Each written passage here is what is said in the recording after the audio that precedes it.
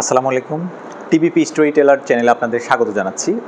আমরা মাঝখান দিয়ে দুদিন আপনাদের সাথে সাম্প্রতিক বিষয়গুলো নিয়ে আমাদের খবরাখবরগুলো আপনাদের সাথে শেয়ার করতে পারিনি, কিন্তু আজকে আমরা তুলে ধরব বিগত কয়েকদিনে যে অবস্থার পরিবর্তন ঘটেছে বাংলাদেশে, সেগুলো শেয়ার করার চেষ্টা করব।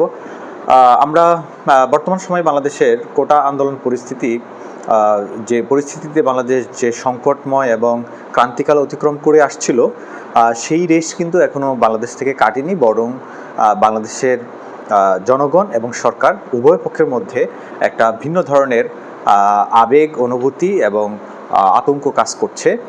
অবস্থা দৃষ্টি বোঝা যাচ্ছে যে বাংলাদেশের এই পরিস্থিতি স্বাভাবিক করার জন্য সরকারের যে পদক্ষেপ এবং সরকার যে উদ্যোগগুলো নিচ্ছে, সে উদ্যোগগুলো কিন্তু খুব অতি শীঘ্রই ফলাফল বয়ে আনবে এমনটা খুব একটা মনে হচ্ছে না। যদিও এখনও পর্যন্ত কারফিউ চালু রয়েছে, সরকারের পক্ষ থেকে পরিস্থিতি স্বাভাবিক করার জন্য দেশব্যাপী নানা ধরনের কর্মসূচি, কর্মকাণ্ডের আয়োজন করা হচ্ছে এবং সরকারের উচ্চ পদস্থ মন্ত্রীবর্গ, উপদেষ্টাবৃন্দ সর্বাত্মকভাবে সরকারের পক্ষ নিয়ে তারা তাদের বিবৃতি দিয়ে যাচ্ছেন এবং নানা তথ্য উপাত্ত দিয়ে আসছেন। স্বরাষ্ট্র মন্ত্রণালয় থেকে ইতিমধ্যেই যে তথ্য নিশ্চিত করেছেন যে মৃতের সংখ্যা নিয়ে, কোটা আন্দোলনে যে মানুষজন হতাহত হয়েছেন, নিহত হয়েছেন, সে সম্পর্কে একটি তথ্য তুলে ধরেছে ইতিমধ্যে। গতকালকে আমরা এটি জানতে পেরেছি। এবং আরেকটা বিষয় হচ্ছে, আমরা যে ইন্টারনেটের যে শাটডাউন ছিল, প্রায় 5 দিন যাবৎ ওয়াইফাই নেটওয়ার্কের আওতা মুক্ত ছিল বাংলাদেশের জনগণ, অর্থাৎ সংযোগ বিচ্ছিন্ন অবস্থায় বাংলাদেশের মানুষ ছিল, নেটওয়ার্কের বাইরে ছিল। এবং আজকে এসে আমরা পুরোপুরি মোটামুটি মোবাইল নেটওয়ার্ক এবং গতকাল থেকে মোবাইল ইন্টারনেট চালু রয়েছে এবং 10 দিন পর মোবাইল ইন্টারনেট চালু হয়েছে, যার পরে মানুষ এখন মোবাইল ইন্টারনেট এবং ওয়াইফাই সংযোগ ব্যবহার করছে। যদিও বিভিন্ন রেস্ট্রিকশন রয়েছে, যেমন আমরা জানি সোশ্যাল মিডিয়া, বিশেষ করে ফেসবুক ব্যবহার করতে দেওয়া হচ্ছে না এবং সরকারের পক্ষ থেকে এটিকে দোষারোপ করা হচ্ছে, দায়ী করা হচ্ছে যে তারা তাদের নিজস্ব প্রাইভেসি পলিসি মেনে চলছে না এবং সরকারের নিয়ন্ত্রণে আসতে পারছে না। এই কারণে ফেসবুক, হোয়াটসঅ্যাপ সহ মেটার সকল ধরনের সার্ভিস কিন্তু বাংলাদেশে নিষিদ্ধ রয়েছে। যেমন ইনস্টাগ্রাম, ফেসবুক, টিকটক, এই মিডিয়াগুলো বাংলাদেশে বর্তমান সময়ে অ্যাক্সেস করা যাচ্ছে না। আরেকটি দিক হচ্ছে, বাংলাদেশে এখন মোবাইল ইন্টারনেট ব্যবহার করে ইউটিউবেও প্রবেশ করা যাচ্ছে না। তো কাজেই এটি একটি বাংলাদেশের ইতিহাসে কখনো এমনটা হয় নাই। যতদিন হলো আমরা দেখে আসছি যে বাংলাদেশ ডিজিটাল হচ্ছে, সেই ডিজিটাল বাংলাদেশের একটা প্রারম্ভিক মুহূর্ত বলা যেতে পারে, কারণ আমরা এখনও এই ডিজিটাল ট্রানজিশনটা কভার করতে পারি নাই। এখান থেকে আমাদের টার্ন ওভার হয় নাই, যেখানে উন্নত বিশ্বগুলো 5Gতে পৌঁছে গিয়েছে এবং তারা তাদের স্মার্ট ডিভাইসে, কনজিউমার ইলেকট্রনিক্স সহ তাদের দৈনন্দিন জীবনকে স্মার্ট ডিভাইসের আওতায় আনছে এবং আর্টিফিশিয়াল ইন্টেলিজেন্সের ডিভাইসগুলো কিন্তু অগমেন্টেড ডিভাইস থেকে আর্টিফিশিয়াল ইন্টেলিজেন্স ডিভাইসে কনভার্ট হচ্ছে। সেখানে এসে বাংলাদেশের বর্তমান পরিস্থিতি অত্যন্ত বলা যেতে পারে বাংলাদেশের যে গতিধারা, সেই গতিধারাকে অনেকটাই থমকে দিয়েছে। বাংলাদেশের বিগত 15 বছরে যা সম্ভব হয় নাই, সরকারকে বাধা দেওয়া বা ধাক্কা দেওয়া, বড়সড় ধরনের ধাক্কা দিয়েছে সরকারকে বাংলাদেশের জনগণ বা ছাত্র আন্দোলনের মাধ্যমে। আরেকটা ঘটনা যেটি ঘটেছে সেটি হচ্ছে, বাংলাদেশের এই যে এখন যে বর্তমান সময়ে যে সমালোচনা চলছে, এটার একটা প্রেক্ষিতে গিয়ে পৌঁছেছে যে বাংলাদেশের মানুষ এখন অনেক ধরনের বক্তব্য দিতে চায়, কিন্তু তারা বর্তমানে সেই বক্তব্যগুলো উপস্থাপন করতে পারছে না। সেটা নানা ধরনের রেস্ট্রিকশনের আওতায় চলে এসেছে এবং নজরদারির মধ্যে থাকছে।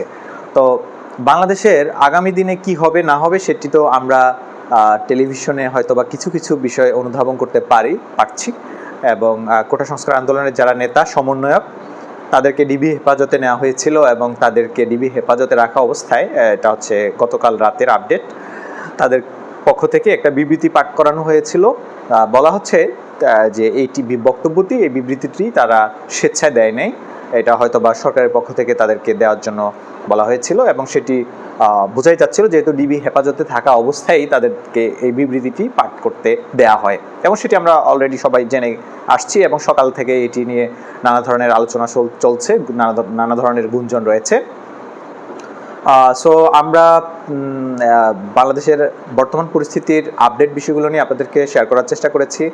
আর গতকালকে থেকে যে বিষয়গুলো নিয়ে বেশি সমালোচিত হচ্ছে সেটি হচ্ছে বাংলাদেশে কোটা সংস্কার আন্দোলনে মৃতের সংখ্যা কত ছিল এবং সেই মৃতের সংখ্যা, এরপরে হচ্ছে হতাহতের সংখ্যা, তারপরে নানা ধরনের অভিযোগ চলে আসছে, কিন্তু সেটির এখনো পর্যন্ত সুষ্ঠু তদন্ত কিংবা একটি প্রেক্ষিত মানুষের যে চাওয়া, মানুষের যে দাবি পূরণের আঙ্গিকে সেই বিবৃতিগুলো এখনো সরকারের পক্ষ থেকে এখনো আসছে না, এবং সেগুলোর জন্য হয়তো বা আরও অপেক্ষা করা লাগতে পারে। তো আমরা বর্তমান বাংলাদেশের যে সামগ্রিক রাজনৈতিক অর্থনৈতিক পরিস্থিতির বিষয়গুলো জেনে আসছি এবং যেগুলো নিয়ে আমরা আলোচনা করছিলাম বিগত আমাদের স্টোরিগুলোতে। আজকে আমরা সেখানটায় আপডেট তথ্যগুলো আপনাদের সাথে শেয়ার করার চেষ্টা করেছি। আরেকটা বিষয় যোগ করতে হয়, সেটি হচ্ছে রেমিটেন্স। বিগত এক সপ্তাহে বাংলাদেশের রেমিটেন্সের প্রবাহ অনেক কমে গিয়েছে এবং সেটা 6 ভাগের 1 ভাগে নেমে এসেছে, এবং এটি বড় ধরনের বাংলাদেশের অর্থনীতিতে বড় ধরনের ধাক্কা লেগেছে বলে অর্থনীতি বিশ্লেষকরা মনে করছেন, এবং সেটা গতকাল থেকেই এটার জোরালোভাবে আলোচিত হচ্ছে বিভিন্ন প্ল্যাটফর্ম, বিভিন্ন কর্তৃপক্ষ, অর্থনৈতিক ব্যক্তিবর্গ এই বিষয়টা নিয়ে আলোচনা করে আসছেন। বাংলাদেশের রেমিটেন্সের প্রবাহ এটি একটা জোরালো সোশ্যাল মিডিয়ার আন্দোলন বলা যেতে পারে, যে প্রবাসীরা রেমিটেন্স পাঠানো, বৈধ পথে রেমিটেন্স পাঠানো বন্ধ করে দিয়েছেন এবং তারা রেমিটেন্স শাটডাউন ঘোষণা করেছেন। তারই প্রেক্ষিতে এটা একটা বাংলাদেশের জন্য অত্যন্ত ক্রান্তিকাল, মানে ইকোনমিক ক্রাইসিস যেটাকে বলে, এই বাংলাদেশে এমন চরম ইকোনমিক ক্রাইসিস আসে নাই ইতোপূর্বে, বিশেষ করে গত 30 বছরের মধ্যে। সেটি এখন বর্তমান বাংলাদেশ ফেস করছে। বিশেষ করে যেহেতু রেমিটেন্সের প্রবাহ যদি কমে যায়, আমাদের ডলার সংকট পড়বে, রিজার্ভের উপরে চাপ পড়বে, এবং সেটা কতখানি বাংলাদেশ মোকাবেলা করতে পারবে বা সেটিকে সক্ষমভাবে পরিচালনা করতে পারবে, সেটা দেখবার বিষয় রয়েছে। আমরা সেই বিষয়গুলো নিয়ে আপনাদের সাথে আবারও হাজির হব।